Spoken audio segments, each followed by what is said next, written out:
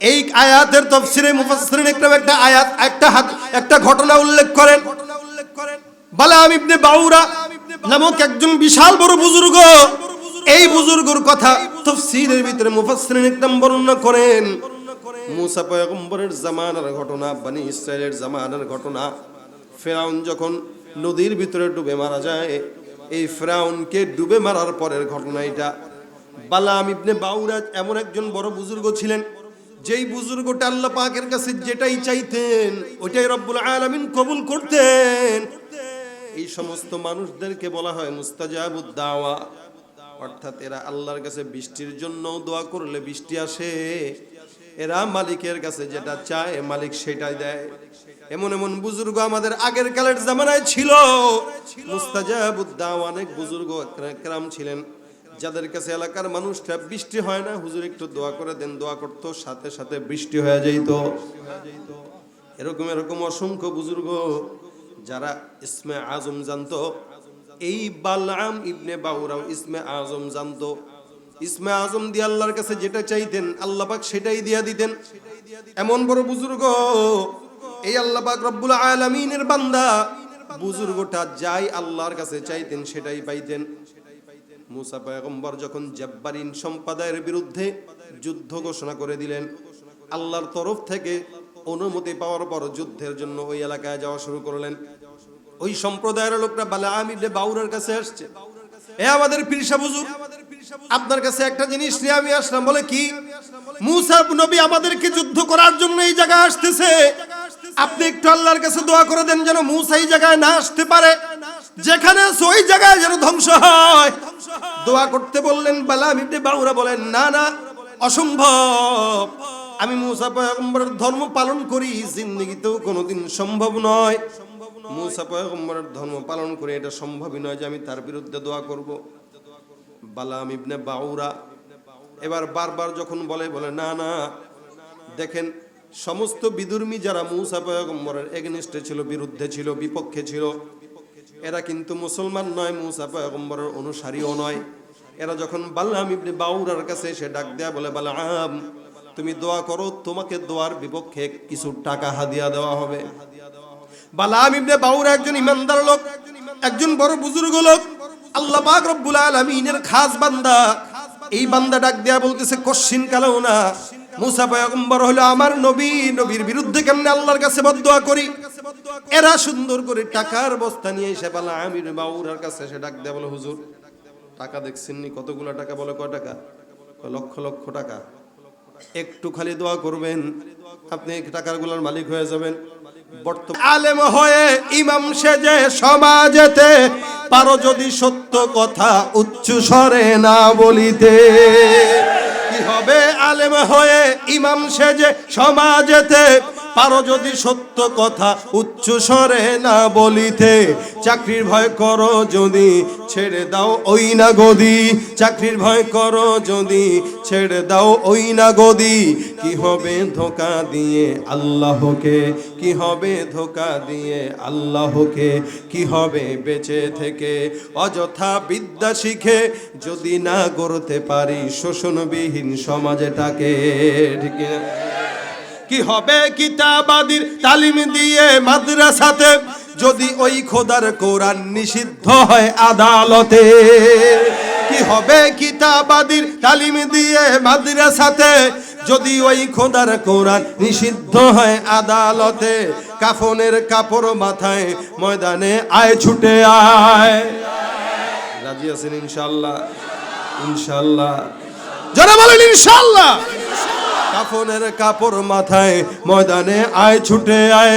বিলিয়ে দে না তোদের জীবনটাকে, বিলিয়ে দে না তোদের জীবনটাকে। কি হবে বেঁচে থেকে অযথা বিদ্যা শিখে যদি না গড়তে পারি শোষণবিহীন সমাজটাকে। ঠিক কিনা ভাইরা আমার? খুব বুঝবেন, এই সমস্ত কারবারি মুসা পয়গম্বরের জামানায় ছিল। বালামকে টাকার বস্তা নিয়ে এসে ডাক দেয়া বলে, হুজুর আপনার কাছে টাকা নিয়ে আসলাম, মেহেরবানি করে আপনি মুসা নবীর বিরুদ্ধে একটু বদদোয়া করে দেন না। হুজুর টাকা দেখে মাথা নষ্ট হয়ে গেছে, চিন্তা করে কি করা যায়, এতগুলো, একদিকে টাকা আরেকদিকে মুসা নবী, কি করব? করি না, একবার বদদোয়া করে মাফ চাইনি মনে। আচ্ছা দেখি আমি একটু আল্লাহর সাথে পরামর্শ করি। আল্লাহর নবীরে বদদোয়া করবে, আবার কার সাথে পরামর্শ করবে? আল্লাহর সাথে ইস্তেখারা করবে আর কি। রাত্রেবেলা ইস্তেখারা করে, আল্লাহ এতগুলো টাকা পয়সা নিয়ে আইছে, আল্লাহ একটু তোমার নবীর একটু বদদোয়া দিতে কইতেছে, একটু দিলে সমস্যা কি, যদি একটু বেশি টাকা পাইতে পারি। আল্লাহ গো একটু কোন মনি একটু তুমি খালি অনুমতি দাও।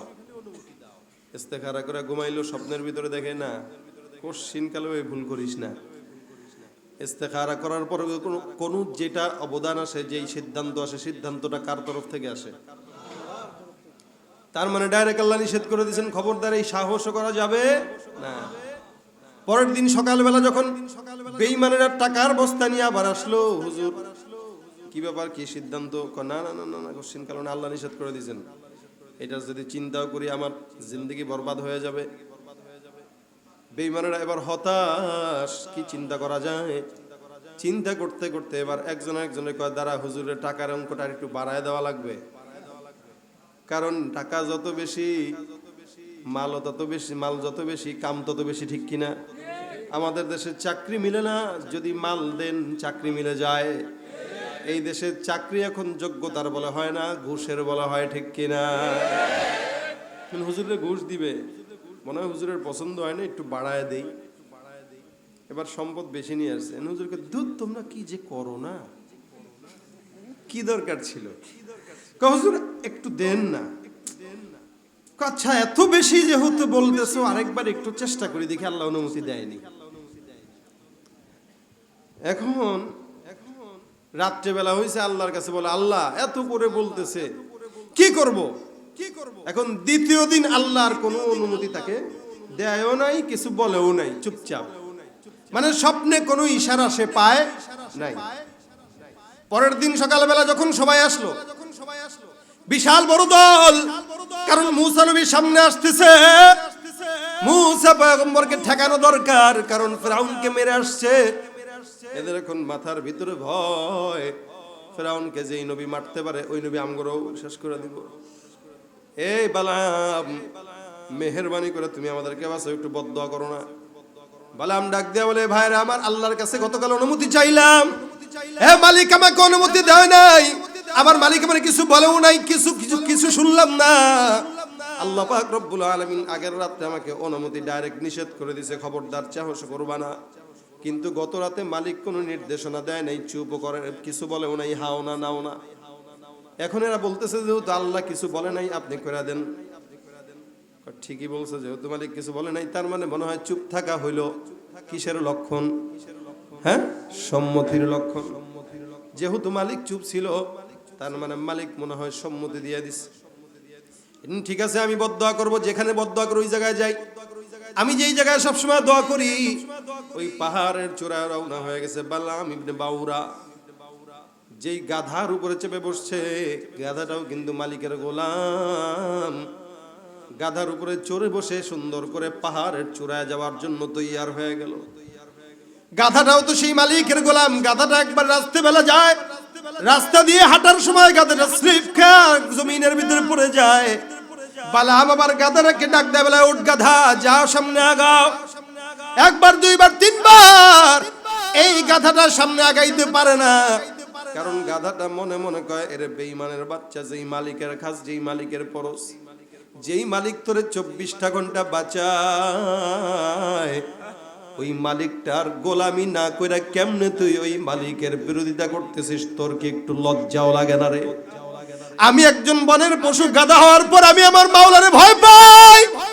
তুই এত বড় একজন আল্লাহওয়ালা বুজুর্গ, তোর মতো একজন বুজুর্গ যাকে আল্লাহ পাক রব্বুল আলামিন এমন বড় ঈমানের দৌলত দিয়েছেন, এত বড় ঈমানের দৌলত পাওয়ার পর তুই কেমনে মালিকের বিরোধিতা করো? এই বান্দাকে গাধাও এত কিছু বলার পর বান্দার দিলের ভিতরে অনুভূতি আসে নাই। বান্দা সামনের দিকে আগায়, যা, কারণ এই বান্দার দিলের ভিতরে এখন আল্লাহর লোভ না, ঈমানের লোভ না, বান্দার দিলের ভিতরে এখন সম্পদ আর দুনিয়ার লোভ। যার কারণে বান্দা সামনের দিকে আগায় যায়, আসমানের দিকে হাতটা তুলে ডাক দেয়া বলে, আল্লাহ এই সমস্ত মানুষগুলো আমাকে টাকা দিয়ে কিনলো, হে মালিক তোমার নবী মুসা জব্বারিনদের সম্প্রদায়ের বিরুদ্ধে যুদ্ধ করার জন্য সামনে আগাইতেছে। যেখানে মুসা পয়গম্বর দাঁড়ানো, ওই জায়গায় মুসা পয়গম্বরকে বসায়া দাও।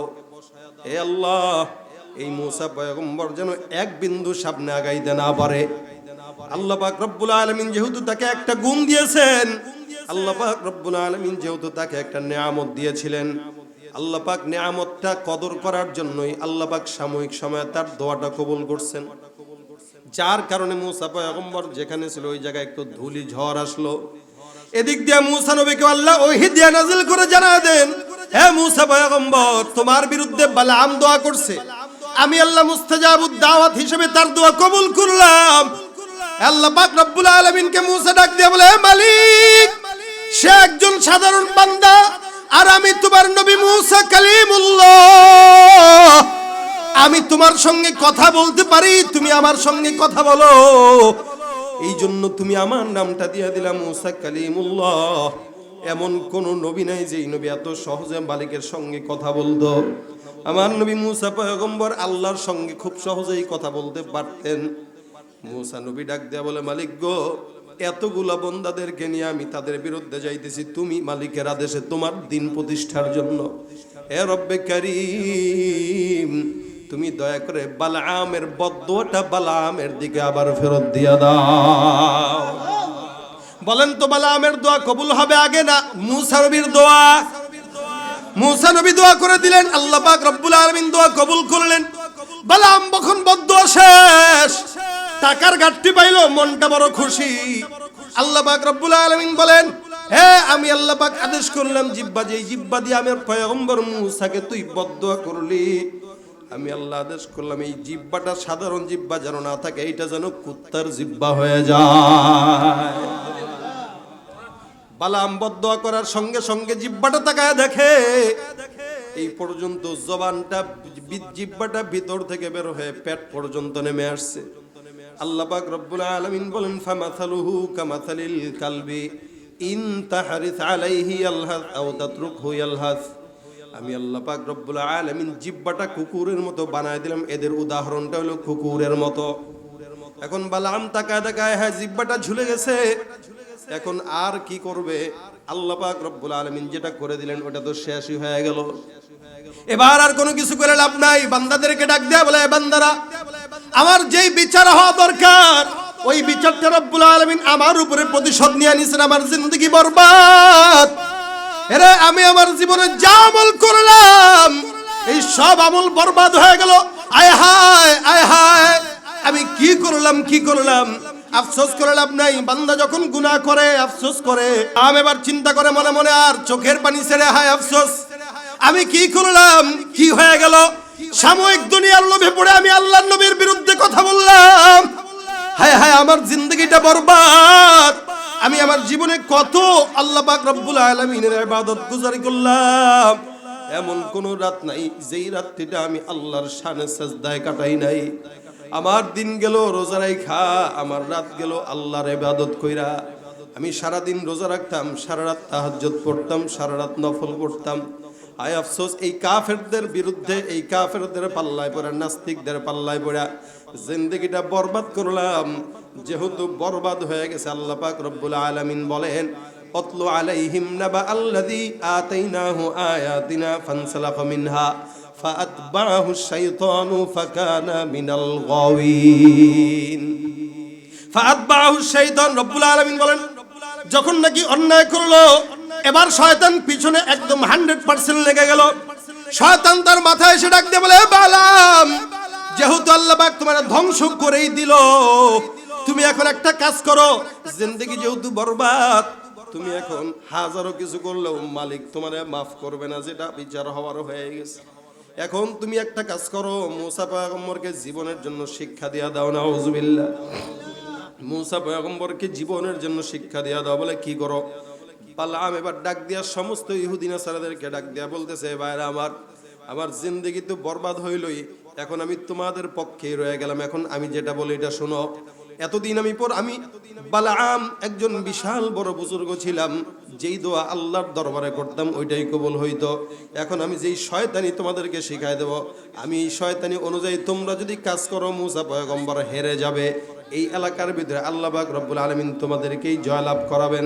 বালামের এই কথা শোনার পর ইহুদি নাসারা সবাই মিলে ডাক দেয়া বলেন, কি বলবেন একটু বলেন তো। বালাম ডাক দেয়া বলে, কারণ বালামও জানে দুনিয়ার জমিনে অনেক বড় একটা গুনাহ, এটা হলো জিনার গুনাহ। এখন সবাইকে ডাক দেয়া বলে, মুসা পয়গম্বরের লোকরা যখন চলে আসবে ওই জায়গায় তোমরা তোমাদের সমস্ত সুন্দরী সুন্দরী নারীদেরকে পাঠায় দাও। মনে রাখবা এদের দেহের সমস্ত অঙ্গ প্রত্যঙ্গ গুলা যেন দেখা যায়। মুসা পয়গম্বরের উম্মতরা যেন তাদেরকে দেখে ক্রাশ খেয়ে যায়। মুসা পয়গম্বরের উম্মতরা যেন তাদেরকে দেখে পাগল হয়ে যায়। এ মুসলমান দেখেন কত বছর আগের পয়গম্বরের উম্মতের ভিতরে লাগায় দিল।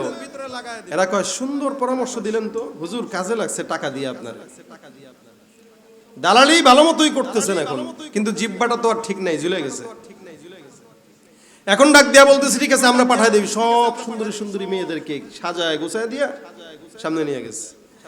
একজন দুইজন দেখেন, কারণ এরা তো সবাই নবীর উম্মত, কিন্তু নবীর উম্মত হইলেও আল্লাহ পাক রব্বুল আলামিন সমস্ত নবীদেরকে নিজের কুদরতি হাতে হেফাজত করছেন।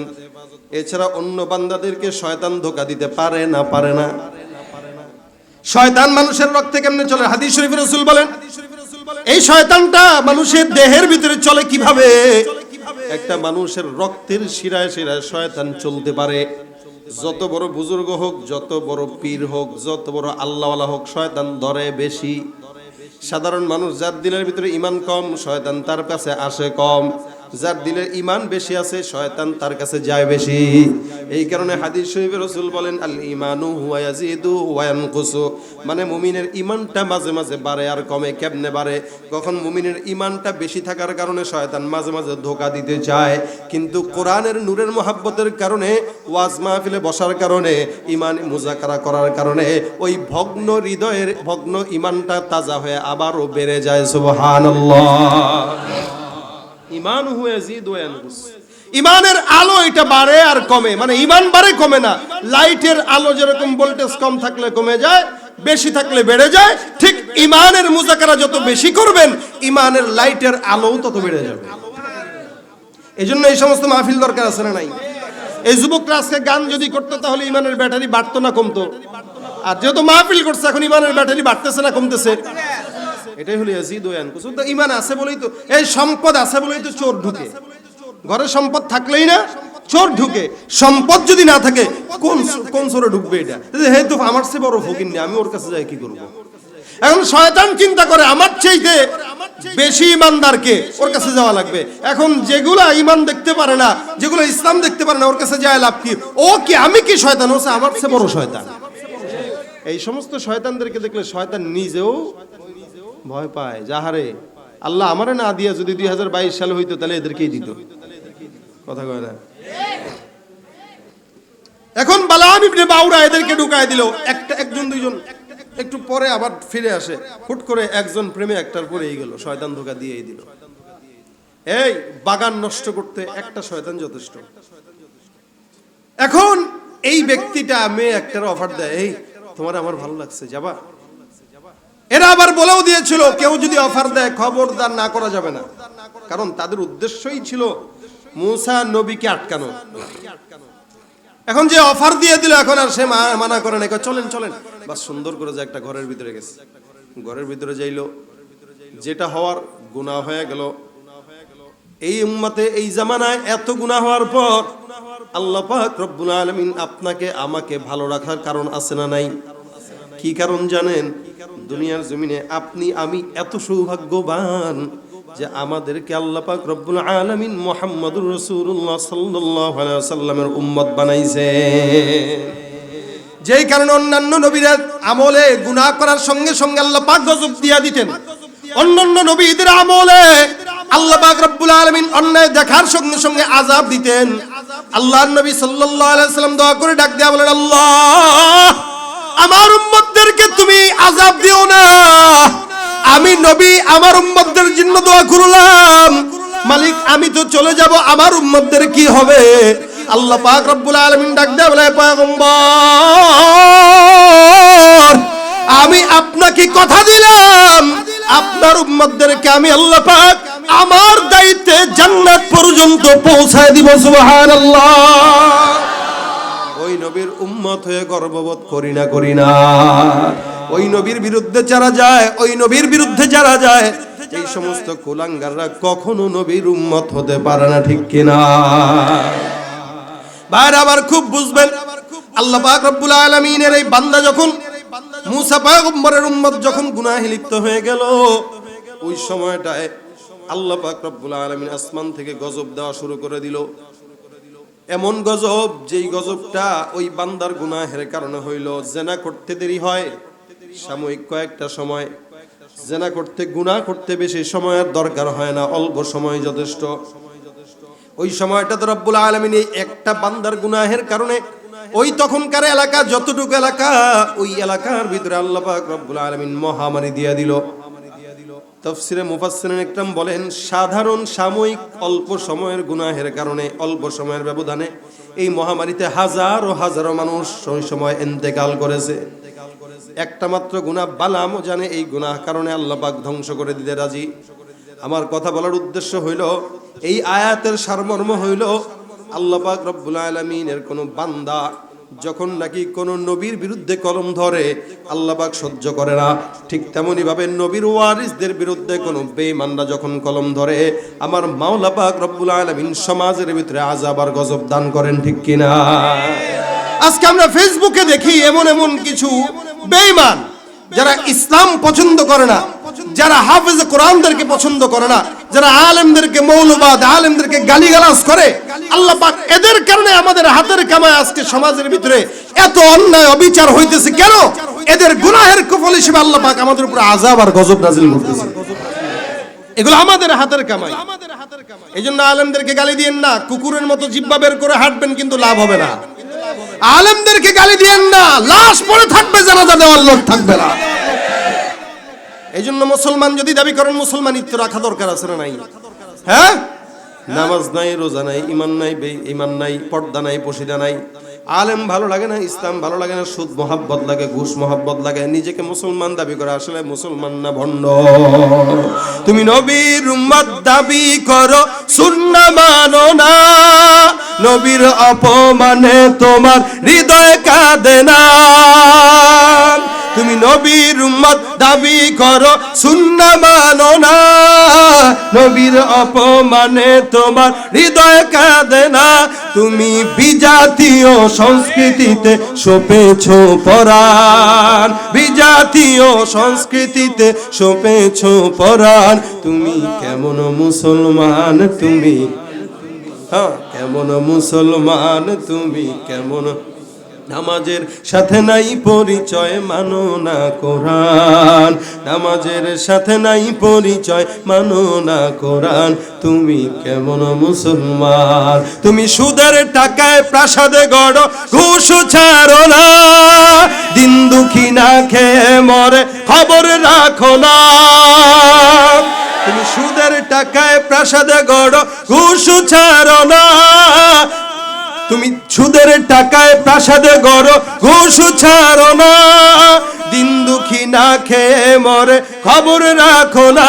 তুমি ঘুষ খেয়ে বিচার করো, সাজিয়া প্রধান, ঘুষ খেয়ে বিচার করো, সাজিয়া প্রধান। তুমি কেমন মুসলমান, তুমি কেমন মুসলমান, তুমি কেমন মুসলমান? নামাজের সাথে নাই পরিচয়, মানো না কোরআন, নামাজের সাথে নাই পরিচয়, মানো না কোরআন। তুমি কেমন মুসলমান? আছে না নাই? খাঁটি হব না ভণ্ড হব? সরে বলেন। খাঁটি হইলে লাভ না লস? আলেমদেরকে গালি দেব না মহব্বত করব? এত বড় বুজুর্গ হওয়ার পরেও যদি একজন মুসা নবীর বিরুদ্ধে একটু কলম, একটু জবান খোলার কারণে আল্লাহ পাক এই অবস্থা করে, যেই আল্লাহ তখন ছিল সেই আল্লাহ আজও আছে না নাই? আল্লাহ চাইলে আমাদেরও আযাব দিতে পারে না? পারে না?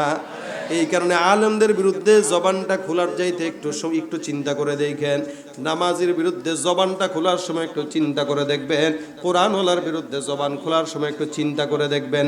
আপনি যদি মুসলমানের বাচ্চা হয়ে থাকেন, কোনোদিন ইসলামটাও পছন্দ হওয়ার কথা না। আর যদি আপনার জন্ম মুসলমানের ঘরে হয় কিন্তু নাস্তিক্যবাদী আপনি এই দেশে প্রচার করতে চান, তাহলে তো আপনার ব্যাপারে আর কোনো কথা নাই। কারণ আপনি হাদিসের কথা অনুযায়ী ইদা আলাম শিতা ফাসনা মা শিতা, যখন ইদা আলাম তাস্তাহি ফাসলা মা শিতা, যদি লজ্জা না থাকে যা মন চায় তাই করেন। রাসূল বলেন, যার লজ্জা নাই, যার ঈমান নাই, তার লজ্জাও নাই। যার ঈমান, লজ্জা এটা ঈমানের অঙ্গ। সুতরাং কারো যদি লজ্জা না থাকে তার তো ঈমানই থাকলো না। সেই ঈমানের বিরুদ্ধে যা মন চায় তাই করতে পারে। আপনি করেন, আপনার হিসাব আপনি দিবেন, আমরা আমাদের হিসাব দেব। দেখব কিয়ামতের ময়দানে আলেমদেরকে গালি দিয়ে কত সফল হতে পারেন ইনশাআল্লাহ।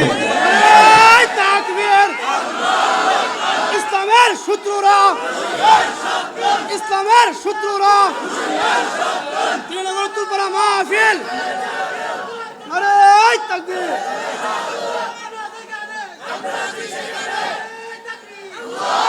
বিশ্ব নবীর অপমানে যদি না কাঁদে তোমার মন, মুসলিম নয় মুনাফিক, তুমি নবীজির দুশমন।